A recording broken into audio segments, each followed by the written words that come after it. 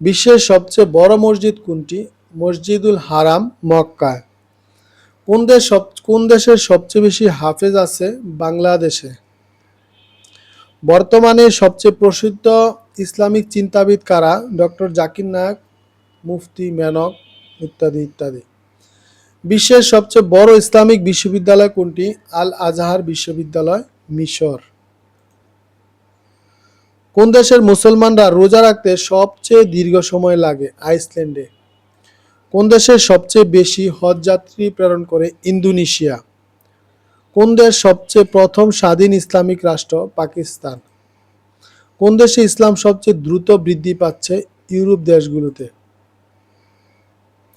কোন দেশে মুসলমানদের উপর বেশি নির্যাতন হচ্ছে? মিয়ানমারে।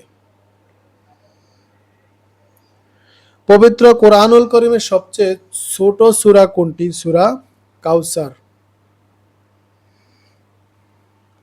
পবিত্র কোরআন করিমের সবচেয়ে বড় আয়াত কোনটি? সূরা বাকারার 282 নম্বর আয়াত। সাপ্তাহিক ঈদের দিন বলা হয় কোন দিনটিকে? জুমার দিনকে। মানবজাতির মধ্যে প্রথম হত্যাকাণ্ড প্রচলন করেন কে? কাবিল। ইসলামের প্রথম মুয়াজ্জিনকে? হযরত বিলাল রাদিয়াল্লাহু। দুনিয়াতে থাকতেই জান্নাতের সুসংবাদপ্রাপ্ত সাহাবীর সংখ্যা কত? 10 জন।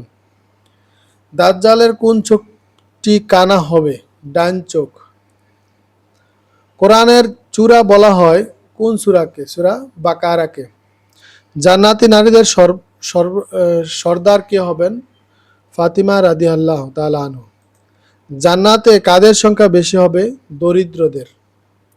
জাহান্নামে কাদের সংখ্যা বেশি হবে? নারীদের। কোন দুই মুসলিম বাদশাহ পুরো পৃথিবী শাসন করেছেন? সুলাইমান আলাইহিস সালাম ও জুলকারনাইন।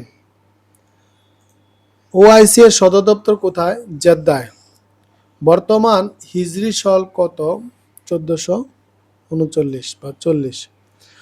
কোন সাহাবী রাদিয়াল্লাহু হিজরি সন গণনা প্রবর্তন করেন? হযরত ওমর রাদিয়াল্লাহু।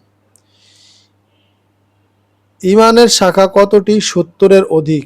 বিদআত কাকে বলে? ইবাদতের নামে নতুন কিছু সৃষ্টি করলে। জান্নাতে মানুষের বয়স কত হবে? 33 বছর। কোন সাহাবী রাদিয়াল্লাহুকে জীবিত শহীদ বলা হতো? তালহা বিন উবাইদুল্লাহকে। রাসূল সাল্লাল্লাহু আলাইহি সাল্লাম কোন বাহনে করে মসজিদুল হারাম থেকে মসজিদুল আকসায় পৌঁছেছিলেন? বুরাকে করে। উম্মুল কোরআন বলা হয় কোন সূরাকে? সূরা ফাতিহাকে। কোরআনুল করিমের সবচেয়ে ফজিলতপূর্ণ আয়াত কোনটি? আয়াতুল কুরসি। কোন তিনটি সূরা শয়নকালে পড়া অধিক ফজিলত? সূরা ইখলাস, ফালাক এবং সূরা নাস। মুসলিম এবং অমুসলিমদের মধ্যে পার্থক্যকারী ইবাদত কোনটি? সালাত। কোন সাহাবীকে উম্মতের আমানতদার উপাধি দেওয়া হয়েছিল? হযরত উবাইদ বিন জাররাহ রাদিয়াল্লাহুকে। কোন মহিলা সাহাবীকে আল্লাহ তাআলা জিবরাইল আলাইহিস সালামের মারফতে সালাম পাঠিয়েছিলেন? খাদিজা রাদিয়াল্লাহু তাআলা। আর রাহিকুল মাকতুম গ্রন্থটি কোন বিষয়ে লেখা? রাসূল সাল্লাল্লাহু আলাইহি সাল্লামের জীবনী নিয়ে লেখা। আরবি কোন মাসে ঈদুল ফিতর উদযাপিত হয়? শাওয়াল মাসে। দাজ্জাল কোন দুটি শহরে প্রবেশ করতে পারবে না? মক্কা এবং মদিনায়।